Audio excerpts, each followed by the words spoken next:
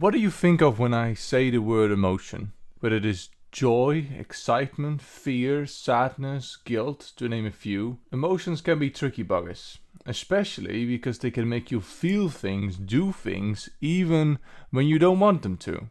I might have named a lot of negative emotions, but think about it like this. Emotions are not necessarily a bad thing, but when we call someone emotional, usually we imply it to be a bad thing, as if it's a weakness that we can overcome. We often feel uncomfortable when we experience or we see other people experience what we call negative emotions. So we try to get rid of them by fixing it, offering solutions, or trying not to think about them too much. So the way that we speak about emotions, we often talk about what emotions make us do, make us feel, as if it has a control over us that we cannot do anything about. And that is because the way that we understand emotions in pop culture is as if it is something primal. It is something natural or inherent. And as you will see over the course of the channel, that always rings alarm bells in my mind when someone says that something is natural.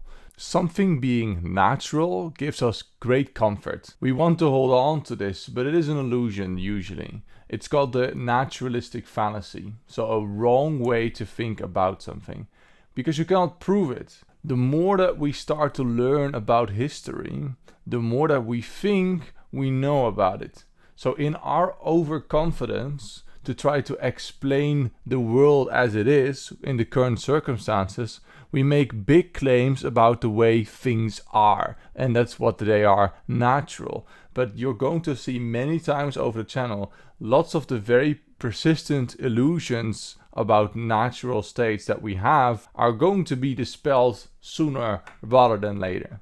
In our overconfidence to try to explain the world as it is right now, we often try to use the nature argument because it makes us feel comfortable. So an example is how we understand human nature to be. Lots of people think they know what human nature is. People can go back to evolutionary psychology and say these are the natural gender roles of men and women, for example. But on the other hand, people can also say that our current economic system is natural because everyone is naturally greedy. But Marx had a very interesting saying about this. Believing humans to be naturally greedy under capitalism is just like saying that people are naturally coughing in a factory. Because the way that our environment is right now, the way that our environment influences us, makes us act in different ways. And if that is going to be the norm, then there will always be people saying this is just what human nature is like. So, with the naturalistic fallacy, you actually make two big mistakes. One, you expect that whatever we have right now with nature and what you call nature is good and desirable, and so we should keep doing it. On the other hand, the second biggest mistake is that our understanding, especially of history, is going to be necessarily incomplete. So what we try to do is we try to fill in the gaps of the past. But whatever we think we know, we cannot be sure. And using those claims that some things are natural, you're going to be looking quite foolish if in a few years we'll find evidence to the contrary. So, back to emotions. What would it even mean for emotions to be natural? The common view of emotions, as we can see in literature, spoken about many times by big philosophers, is that an emotion is something that is triggered from the outside, so it is external. It triggers a biological reaction with us, so it is biological. And that those reactions are going to be nigh on the same for everyone else, so universal. Think about how we say that a fear response will trigger something in our brain called the amygdala, which we understand to be the fear receptor, and that will have a very specific response of fear in people depending on the stimuli, if it gets triggered. Also, the way we usually frame emotions throughout poetry and literature over the last thousands of years is that we say it is the opposite of rationality. So it is something that is always in conflict, a tug of war between rationality, reason, and emotions. Adding on to that, we usually even say that in that battle, it's a bad thing if the emotions win. But all of these common ideas about emotions are wrong, according to neuroscientist Lisa Feldman Barrett. But these assumptions about emotions are all wrong, and I'd like to dispel these illusions about that it is external, biological, and universal, according to neuroscientist Lisa Feldman Barrett. And it's very important to dispel them, because then I can help you develop your superpower a bit more, expand your ability to actually control your emotions, get over heartbreak, and see the usefulness in emotions as well without feeling the need to necessarily fix them. So, let's start with emotions being the opposite of rationality. That's easiest to get rid of. Because think about emotions being in a tug of war with rationality. If one side would pull harder, that means the other side would lose out. On the extreme answer, that would mean that if you are super emotional, then theoretically reason could solve it for you. And then I'm asking you, when you were last crying your eyes out because of something that happened, were other people able to calm you down by giving you logical reasons? Well, I would guess that the answer is no. They had no effect on one another. When you are in such a state, they do not affect one another, at least. That means that you cannot logic your way out of emotions. It means that the words and the reason wasn't actually what soothed you at the time when you were super distressed. So on the one hand, facts didn't really influence your emotions at the time. And on the other hand, facts don't really care about your feelings either. These two things are not necessarily opposed to one another.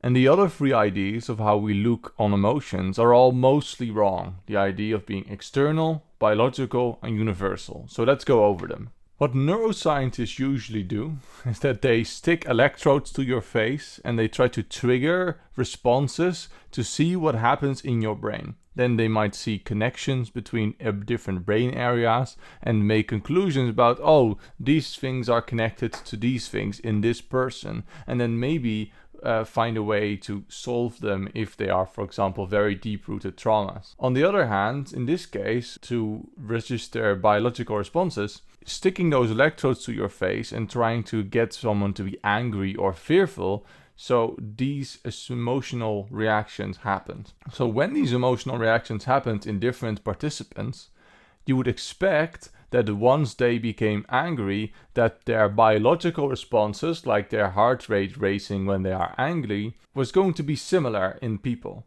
However, what they found is that there was more difference between people, where some people didn't have a raised heart rate at all when they were angry, some people had quite a bit. Otherwise, also with fear, same story, that with people having heightened activity in the amygdala, of which we usually understand, and some people not having that at all. And so there is a spectrum here. And that means that emotions are therefore things that do not just happen and look the same in everyone and have the same even biological, physiological responses in people. It means that somehow the emotions that were triggered look different for everyone and we created them ourselves. Lisa Feldman Barrett herself concludes that we find that there is more variety in emotional responses, and therefore we created them and they are shaped by our culture, the way and environment that we grow up in. Therefore, if our environment influences our emotions, it must come from somewhere. Well, it could be with the beliefs that we hold, and we know this to be true very easily. Think about growing up in a very strictly religious household that know that you cannot masturbate without you feeling guilty because you have to save yourself, or whether it's a sin. When you then do so, it will trigger an emotional response in you because you have been conditioned to think that, oh, this is a bad thing, and then feel guilty. Or when you know that someone did something that disrespects you because you have been red-pilled by people that say, you know, this is the way people are supposed to behave, then when someone does disrespect you, all of a sudden it triggers an anger response.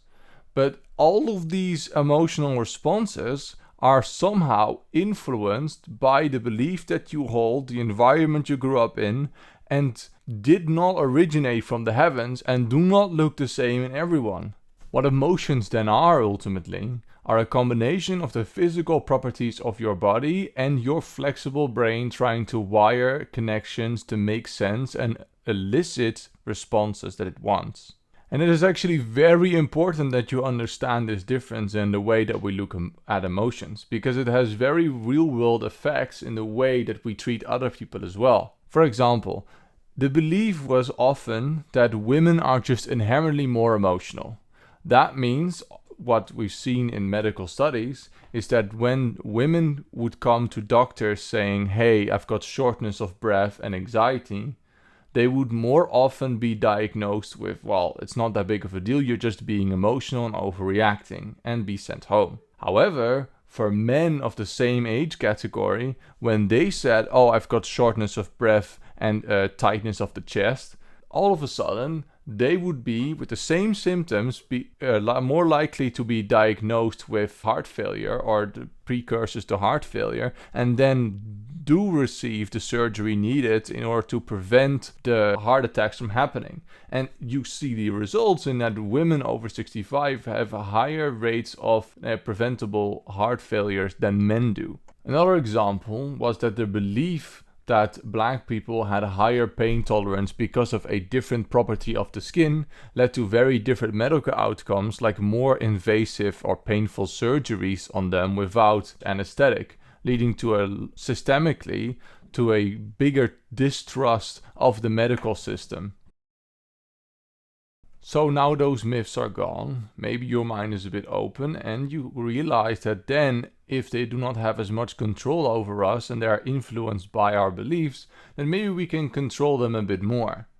And then our natural urge should be to try to fix them, as we've always done, that they are the negative emotions. But I want to make the case now that it's a huge mistake and that you should actually try to see the usefulness in emotions. Controlling your emotions then isn't deciding how you feel at all times. Controlling your emotions is more like having cows on your land and building boundaries around them so that they can roam free within limits. And if you really would want to fix your emotions and get rid of them at all times, it's like when you get the cows on the land, you would immediately slaughter them for the meat that they bring. I'm sorry, vegans. But the usefulness in the cows is many-fold. You can imagine that cows are useful not just for the meat that they eventually get, but during their lifetime they produce a lot of milk that you can extract, or cow poop is actually very good fertilizer for the land.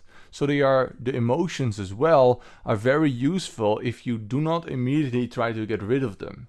That means that emotions can be very useful if you want to experience them fully before trying to resolve them. And even with bad emotions, such as shame and guilt, I want to show you some ways that they can also be useful before you try to get rid of them. Let's think of sadness. When we feel sad, we often try to isolate ourselves, different video about it. When other people are sad, we try to fix it for them, trying to cheer them up, because we don't want people or ourselves to be sad. But even sadness, I want to register this with you, because it is very okay to feel sad sometimes. It's okay to sit in it for a while. It's important to reflect on it, on what made you sad. It's important to feel your emotions so they do not bottle up before you explode later on. Again, different video on it. But they have also a very useful function otherwise if you don't immediately try to get rid of them. Because the isolation part makes it very difficult for you to stay in contact with people when you are sad. And you're going to become more sad more often.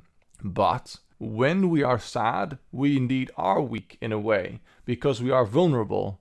Our walls are down, and we don't want people to see us in that state. But when our walls are down, people around us can show their love to us and actually reach through to our hearts. And in that way, when we are finally able to feel the love after all the walls that we have erected are down, then our connection to them can actually become way stronger because it builds a bond of trust. That effectively means that sadness can present a huge opportunity to enrich the bonds with the people around us if we finally allow them to make us feel loved. In this trust, you can see that sadness not only is good in order to not have it bottle up, it can help you reflect on what made you sad, it can make you grow stronger, and the bonds with the people around you stronger.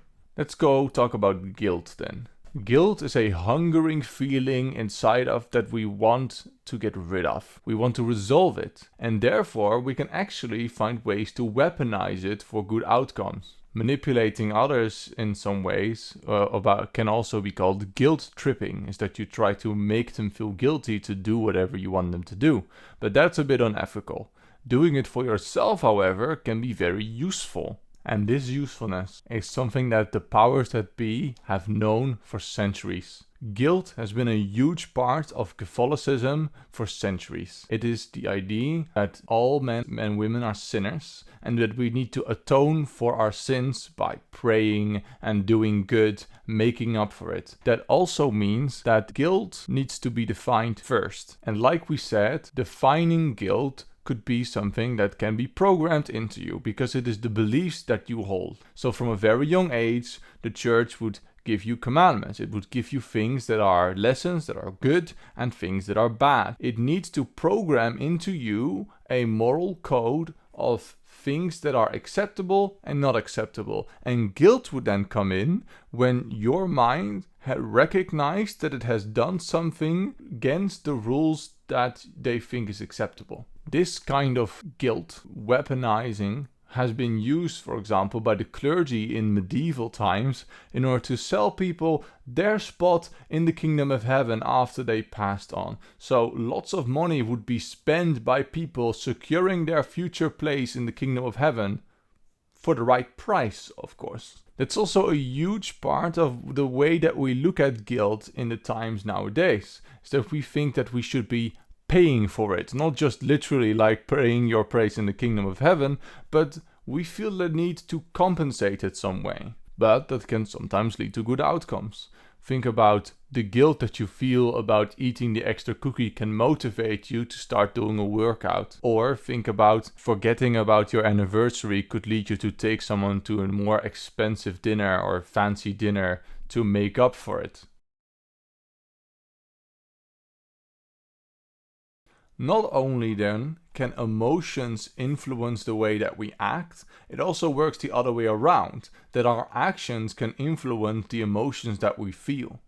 To demonstrate, let's imagine the all too common scenario of heartbreak, something I'm currently going through as well in some form. Emotion-wise, I feel terrible. And my mind seeks to find an answer and resolution of why did it happen to me? Why did I deserve to be treated like this? How could it have come to this point? However, in the case of ghosting, the other person is usually not nice or mature enough to give you the answers that you're looking for to provide such closure. And that's not even to say that even if we were to talk, doesn't mean that I'm getting the answers that I'm looking for, or that I will get the full truth and nothing but the truth. If we were to talk about why things didn't work out or the interest might have waned over time, of course, I don't know everything. It could be that the other person is just trying to spare my feelings and just says, well, it's not you, it's me, it's nothing you did, don't worry about it. Or they could be uninterested in the conversation and just try to make it short. Or they might not even know what their emotions are and just think, you know what, I was done with it. Any which way you slice it, in such cases where it's difficult to find a full truth or when there might not even be a truth, I could actually do something about this and choose what scenario I'm going to work with now, an answer to work with at the moment in order to move past it and heal. Besides, you might not actually be ready to hear the full answer and it might wreck you further and do something like I would usually think, try to change the situation, try to make it work, or trying to change ourselves because we think this is why it went wrong. That could be very destructive. But like we said, because emotions and reason do not directly affect one another, we cannot try to solve our emotions by giving us many logical reasons. And the other way, facts didn't really care about our feelings. Trying to get over a broken heart can only happen through time. Because there needs to be healing, and just like whenever you have a wound, your body has the ability to just have natural mechanisms to heal it over time. But for it, we, on the one hand, it could tell you, okay, just move on, there will not be any answers. But I know as well as anyone that that's a very unsatisfactory solution, because you do feel shit and you want it to work out. But what you can do is you can choose the worst possible outcome and just accept that and work off that to move on. You could give yourself a placeholder answer, like there is no reason. There was no reason why it stopped. That might be the most hurtful and you might not learn anything from it. But now I've got that, I can actually start the process of healing. Time is needed. There is no quick fix. You need to give yourself the ability to process it, to work with the people around you, to start preparing to become stronger than you were. And in the absence of an answer, giving yourself an answer can be the only thing you can do. Because the mind is so much stronger than we give it credit for. We can use the power of suggestion, so telling ourselves something, to make us believe something that we first thought is a lie into becoming our entire reality. Doesn't mean that if we were asked on it that we think it's actually true, but it becomes our reality. It's like a placebo effect of sorts. Of course, it has limits. You cannot a happy thought your way out of depression or economic destitutions, but by trying to make yourself believe things that you don't think are true at the time, like that you are worth it, that you are gorgeous, and that you are worth loving, you might not believe it at first, but if you start suggesting it more often than not, and start affirming that to yourself, you could call that staying Delulu, but it does give yourself a sense of comfort that you can work with. So to finish, let me show you a diagram that I so masterfully created in order to demonstrate what we've been talking about. This is the idea of controlling emotions. Controlling emotions means allowing them to be there without the need to immediately fix them or make them disappear. They can be very useful because they work with actions both ways. On the one hand, they can motivate you to do things that could be good outcomes. On the other hand, they can be influenced by our decisions, like choosing what to believe, because ultimately our beliefs are the things that shape everything else. They make sure that we interpret the world in whatever way that is conform with our beliefs. So think about ideology, for example. But also they could trigger emotional responses and actions as a result of it. We have the control then to influence what we believe. We can make our emotions stronger, our actions stronger by choosing what we believe. You can not always compensate bad deeds with the guilt that you feel, compensate the bad deeds exactly, especially not with the value, but you can only do the best that you can do. You also, because there is no value often, you cannot try to estimate the value of a bad deed. So please, feel free, not just with the sad emotions, especially with the good emotions, to relish in them. Enjoy the highs of life. Make sure that you make the best of it before it just fades away. And even with sadness, they present huge opportunities to make more beautiful things happen in your life, like enriching the connections with people that you love. So at the end again of the video, I hope you liked this one. We're reflecting on emotions, the control that we have, and what we can do to make the best of whatever emotion that we're feeling, because you can stay in it within reason. Let me know what you thought. Answer me the question in the comments. Have you ever intentionally stayed Delulu because it made you feel better, or wanted people to feed your delusions at the time? Or am I the only one here? Feel free to comment anything. Hopefully we can get over some of our sad realities. Like, comment, subscribe, notification bell for the people that are here. Maybe you will benefit from doing it. And if there's nothing further, I'll see you in the next one.